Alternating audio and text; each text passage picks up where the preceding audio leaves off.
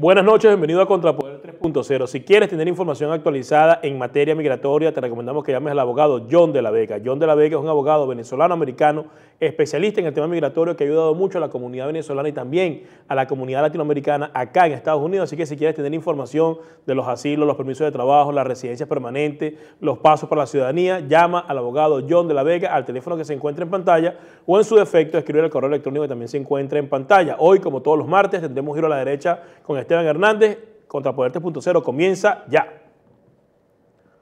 Este programa es presentado por John de la Vega, abogado de inmigración.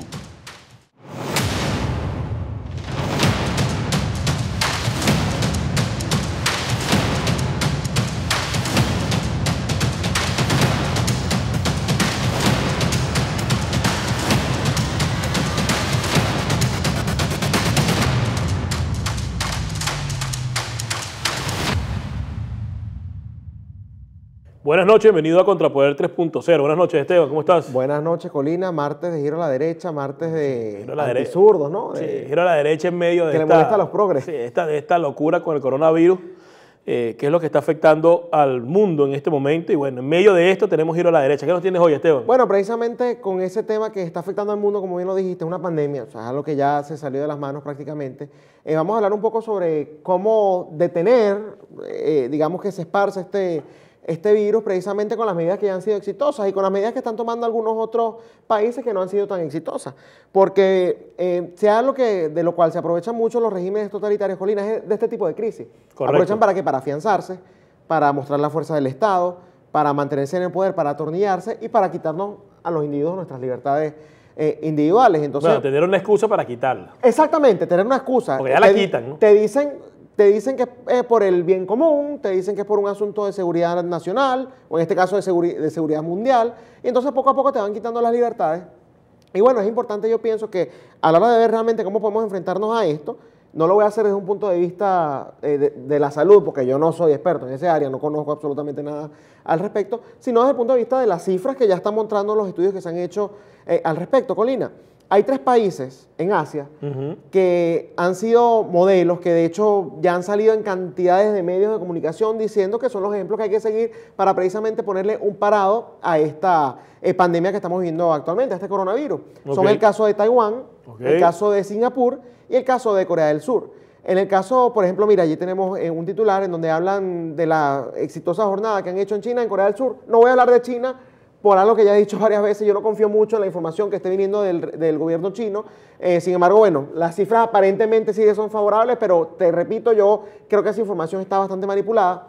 Pero en el caso de Corea del Sur, de Taiwán y de Singapur, yo sí pienso que ellos están siendo muy transparentes en el manejo de la información y de hecho es precisamente uno de los factores que tienen como estos países ha sido la transparencia de la información, no como China, que incluso si las cifras que están dando actualmente son reales, hay que recordar que a ellos fue a quienes se les salió de las manos el virus, claro, porque lo ocultaron, ellos sabían esto desde el año pasado para que yo no supiera. Pero bueno, en el caso, por ejemplo, de Corea del Sur, además de la información muy transparente que han dado pues, al público con respecto a los casos que tienen, digamos, confirmados y a la gente que tienen aislada por esto mismo, han hecho un muy buen uso de la parte tecnológica, Colina.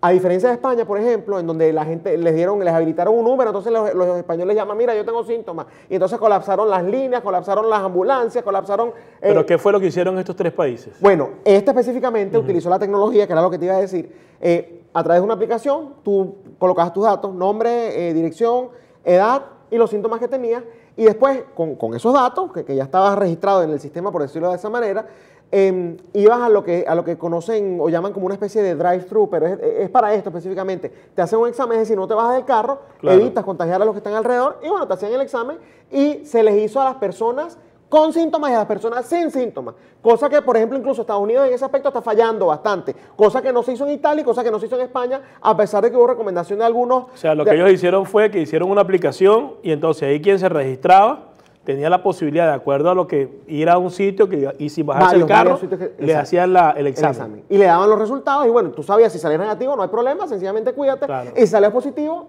¿qué te toca? Cuarentena. Es correcto. Eso es en el caso de Corea del Sur. En el caso de Taiwán, llama muchísimo la atención, Colina, que ellos tienen casi 1 millón de personas que, a pesar de que viven en Taiwán, trabajan en China. O sea, salen con mucha frecuencia, claro, desde China hacia Taiwán, desde Taiwán hacia China. Y a pesar de eso, Colina, Mientras, eso fue hace aproximadamente una semana que China había llegado como al tope, casi 80.000, todavía no había llegado a los 80.000, estaban casi en 80.000 casos en ese momento. En Taiwán no llegaban ni siquiera a los 100 casos de contagiados. O sea, no te estoy hablando de gente muerta, de contagiados. Es decir, los retuvieron en un momento que hubo transparencia en la información, chequeaban a todas las personas que estaban llegando. Yo creo que más que transparencia en la información, lo que ha habido fue una aplicación eficaz de medidas preventivas. Porque, por ejemplo, lo que está fallando aquí en Estados Unidos son las medidas preventivas. Sí, correcto. Pero precisamente cuando no hay transparencia en la información, si por ejemplo yo te digo, no hay casos, te los oculto, ¿eso qué hace? Obviamente, Entonces, pero yo pienso que le quitaré importancia a eso. control sería... El control está realmente en tomar una medida, por ejemplo, preventiva, que me tiene a mí horrorizado aquí. Bueno, pero ¿qué pasó que tú vas a un sitio, mira, creo que tengo los síntomas, no los tienes, chao. Bueno, no, que eso fue lo que pasó en España y qué pasó en Taiwán. Sin que la gente lo pidiera, por ejemplo, la gente que venía de esos sitios de alto riesgo, así no presentaban síntomas, también les estaban haciendo los exámenes. Es lo correcto. Es decir, al igual que Corea del Sur, también le hicieron los exámenes a la gente que no presentaba síntomas. Y en el caso de Singapur, que también, tuvieron, por cierto, Corea del Sur tuvo también bastantes casos y ha tenido una tasa de muertos bastante baja por esas medidas que han tomado. Y en el caso de Singapur, bueno, también hicieron uso de la tecnología, también aplicaron eso de los exámenes a las personas que no presentaban síntomas, pero además fueron bastante rígidos a la hora de, por ejemplo, el cumplimiento de las cuarentenas. Es decir, que si usted presentaba los síntomas y lo mandaban a cuarentena y usted la violaba, había consecuencias de algún tipo y además... Yo creo que al final del día, Esteban, lo que funcionó ahí fue la medida preventiva. Es que fue la medida preventiva, eso es lo que estoy diciendo. Y bueno, manejaron bien la información, pero obviamente. Aquí fíjate lo que voy con el tema de la información, que esto es incluso una especie de crítica, pudiera ser a los anarquistas y también a los estatistas, a la gente que dice, bueno, el Estado tiene que solucionar esto todo, o sea, intervenir todo, como a la gente que dice, no, el Estado no debería existir. En Singapur, además de esa medida que tomaron en contra de las personas que estaban infectadas y no cumplían con la cuarentena, que como te digo, les hacían multas, además en la parte de la información, colocaron públicamente, por ejemplo, José Colina, tantos años, la dirección en donde vive. Entonces la gente sabía más o menos qué áreas estaban seguras y cuáles no. En qué áreas habían infectados y en cuáles no. Que eso pudiera ser lo que pudiera, digamos, llamar un liberal, una violación incluso a tu privacidad. Pero bueno, en casos como a nivel de percepción, por ejemplo, muchos podrían pensar que los regímenes dictatoriales tienen un mayor control social y son más efectivos a la hora de implementar medidas, porque obviamente pues ya el país militarizado, como es el caso de Venezuela, le es fácil implementar medidas de que nadie salga de las casas porque la gente estaba como diezmada, la gente tiene miedo y puede crearse la falsa percepción de que están haciendo las cosas de forma correcta para evitar que la gente se contamine. Pero cuando vamos a la realidad, viendo los países que les ha funcionado y que les ha funcionado en base a la información que manejan, porque si comparamos a Corea del Sur con Venezuela, bueno, Corea del Sur tiene un manejo transparente de la información, como tú bien lo dijiste. En Venezuela dice que tienen 10 casos, a lo mejor son 1 millón. A lo mejor son 1 millón, exactamente. Y bueno, con respecto a eso, Colina, también hay otras 2 imágenes que les mandé a producción, si las pueden colocar en pantalla, para que veas más o menos ciertas cosas que te hablan precisamente del manejo de los regímenes totalitarios versus los regímenes, algunas democracias que han decidido actuar de manera correcta. No esa. Hay uno que es un tuit de un economista llamado Juan Ramón Rayó. Ok, acá. Eduardo Garzón, que es uno de los podemitas del partido Podemos, hace una crítica a lo que es el mercado, a los estados pequeños por esta crisis, que precisamente lo que te estaba diciendo, se aprovechan de esto para tratar de darle más poder al Estado. Y Juan Ramón Rayó dice, y ojo, después aclara, yo no estoy diciendo que el Estado limitado esté relacionado con el éxito, pero te hace acá, por ejemplo, una cifra en donde te dice el gasto público con respecto al Producto Interno Bruto de cada país. El de España es de 41%, el de Hong Kong un 19%, el de Taiwán un 17% y el de Singapur un 14%. Y ve la cifra de contagios y de muertes en cada país. Es decir, un Estado más grande no pudo evitar tener peores cifras en ese aspecto. Porque el Estado más grande es un Estado que no tiene credibilidad, que no genera confianza y que no emplea las medidas correctas. Y hay otra. Si uno compara, ¿verdad?, lo que ha hecho, de acuerdo a la información que está suministrando, lo que hizo Corea del Sur, lo que hizo Taiwán y lo que hizo Singapur, tenemos un Estado que tomó las medidas correctas. Si uno hace una medición, se da cuenta que la gente le cree a los gobernantes de ese Estado y en su defecto cuando toman, o en consecuencia, cuando toman algún tipo de medida, la gente las acata. Exactamente. Porque al final es una cuestión de percepción, pero la percepción es una cosa y los resultados son otros. Esto es otro, fíjate algo. Así va el coronavirus en Venezuela, esto lo publicaron creo que hace 2 días, ¿no? Estas son las cifras, Colina, de los casos el tercer día en cada país desde que consiguieron el primer caso, ¿no? Claro. Venezuela, fíjate, 17 casos. Mientras que los otros países al tercer día tenían en Argentina 2, en Brasil 1, en Colombia 1, en Chile 4. En este caso no sabemos cuántos realmente hubo. Esa es la realidad. Entonces, por eso, no necesariamente a mayor estado hay mayor eficiencia al controlar este tipo de Yo pienso que hay un pandemia. balance de dos cosas, porque por ejemplo, aquí en Miami a la gente le han dicho que se queden en la casa y los jóvenes no quieren quedarse en las casas porque están en el spring break. No hay realmente una conciencia y no quieren como entender la gravedad del asunto. En el caso de Venezuela, que es una dictadura, bueno, han dicho que se queda todo el mundo en cuarentena, todo el mundo se queda en su casa y la gente, como tiene temor a los militares, pues ninguno sale de su casa. De hecho, inclusive muchos han dicho que han utilizado esto para tapar la escasez de combustible que hay. Exactamente. Entonces, lo al final, utilizan a su favor. La conclusión real es que aunque la percepción crea o diga que los regímenes totalitarios manejan mejor este tipo de crisis, no lo manejan mejor. Exactamente. Quien lo maneja mejor es el gobierno que tiene capacidad para tomar medidas inmediatas, preventivas, que al final del día lo que está triunfando aquí son las medidas preventivas. Porque el que hace un test, el que agarra y le dice a la gente, mira, tiene los síntomas, vamos a hacerte un test, estás enfermo para acá, no estás enfermo, acá te para la están calle. diciendo en los hospitales, no, si no tiene fiebre, fuera, y puedes presentar síntomas. Eso es correcto. Una locura. Acá Estados Unidos, al final del día, camino, lo que genera confianza es la acción eficiente del Estado y el manejo transparente de las cifras, porque la gente se siente confiada y dice, bueno, mira, realmente lo están haciendo de la forma correcta y ellos manejan la data de una forma eficiente. Muchos creen que Venezuela está manejando la cosa de manera correcta, porque dijo, bueno, todo el mundo en cuarentena, nadie sale de su casa, terminando de sacar a los militares para la calle. Pero al final del día Venezuela tiene un sistema de salud que tenga la capacidad de manejar una pandemia como esta y no va a dar la información correcta. No la va a dar. Totalmente, no. Definitivamente no va a decir si se le mueren 100, 10.000 o 1.000.000 de personas. Totalmente. Habrá que enterarse por los medios que no son tan convencionales como las redes sociales y por los testimonios de médicos y personas que están ahí. Entonces esa es la diferencia entre una cosa y la otra. Al final, la conclusión, los regímenes dictatoriales no manejan bien estas cosas. Y hay regímenes como el de Cuba que dicen, bueno, aquí no, esto no entra. Bájense del crucero todos los italianos, vengan todo el mundo para acá, que aquí tenemos la cura contra él. Bueno, y con respecto a esa última cifra que te puse de Venezuela al tercer día, de ahí viene el borrego del día. Fue una respuesta que le dieron a el señor que publicó esa gráfica. Vamos a colocarlo esa es la gráfica.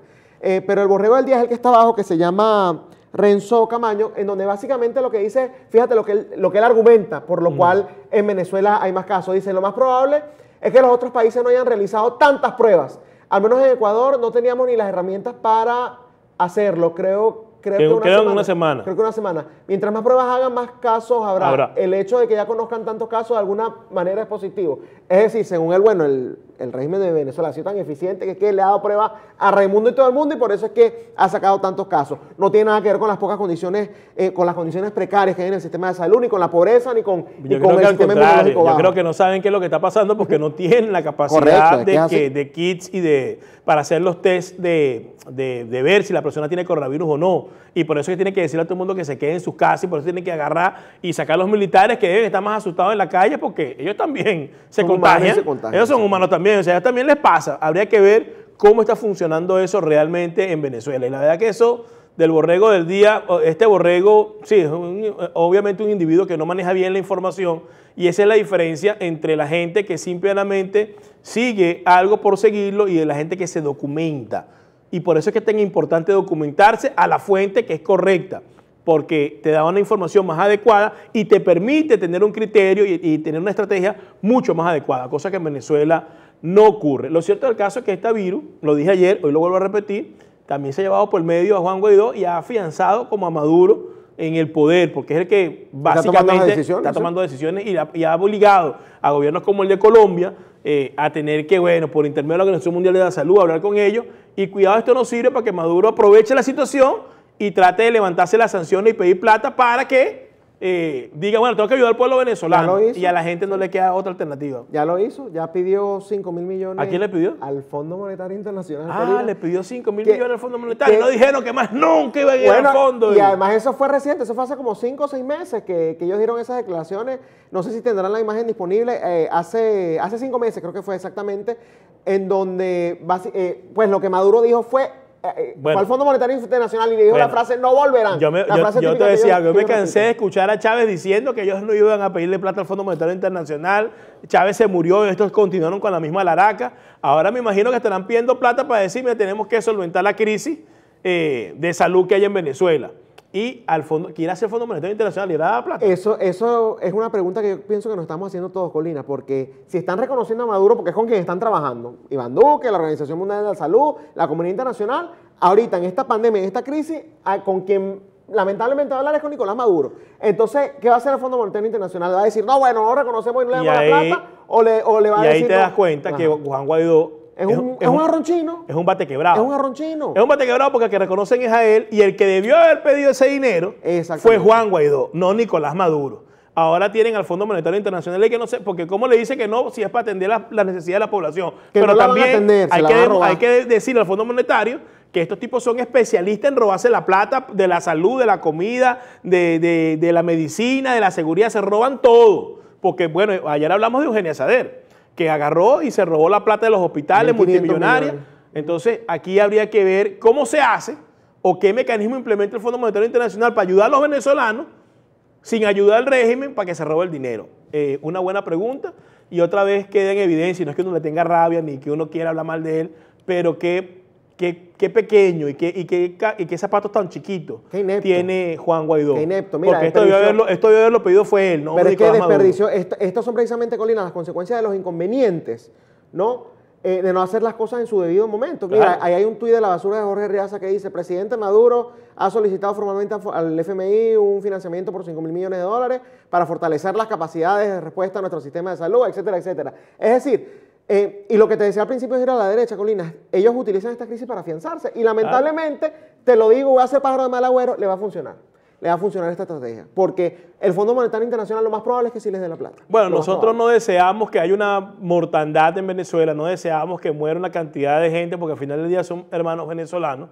Si Maduro logra contener y logra recibir los apoyos, bueno, sin duda le va a funcionar y a la gente no le va a quedar otra que, como decir, entrar en el carril, porque al final del día tienen que quedarse en su casa, tienen que buscar la manera de no infectarse y tienen que buscar la manera de vivir. Ahora, se nota que estos elementos de la política venezolana, los de la oposición, nunca estuvieron preparados para hacer un gobierno real, ni siquiera un gobierno de transición. Porque quien debió haber pedido este dinero fue Juan Guaidó, no Nicolás Maduro. Quien debió haber implementado estrategia, aunque no tenga las Fuerzas Armadas, fue Juan Guaidó, no Nicolás Maduro. Quien tiene que estar hablando con la Organización Mundial de la Salud es Juan Guaidó, no Nicolás Maduro. Y quien tendría que estar hablando con los Estados Unidos, que también está en medio de una crisis, pero es su principal aliado, es Juan Guaidó, y yo creo que al final del día va a terminar hablando los Estados Unidos por intermedio de no sé quién, con Nicolás Maduro, lo cual es altamente lamentable. Vamos a hacer una pausa y ya regresamos con más de Contrapoder 3.0 con un invitado muy inteligente y muy importante que ha estado aquí en otras oportunidades con una visión muy clara de lo que está pasando en Venezuela. Vamos a hacer una pausa y ya regresamos con más de Contrapoder 3.0 aquí en Factores de Poder, el canal de la información y de la salud. Duele a quien le duela. Ya regresamos.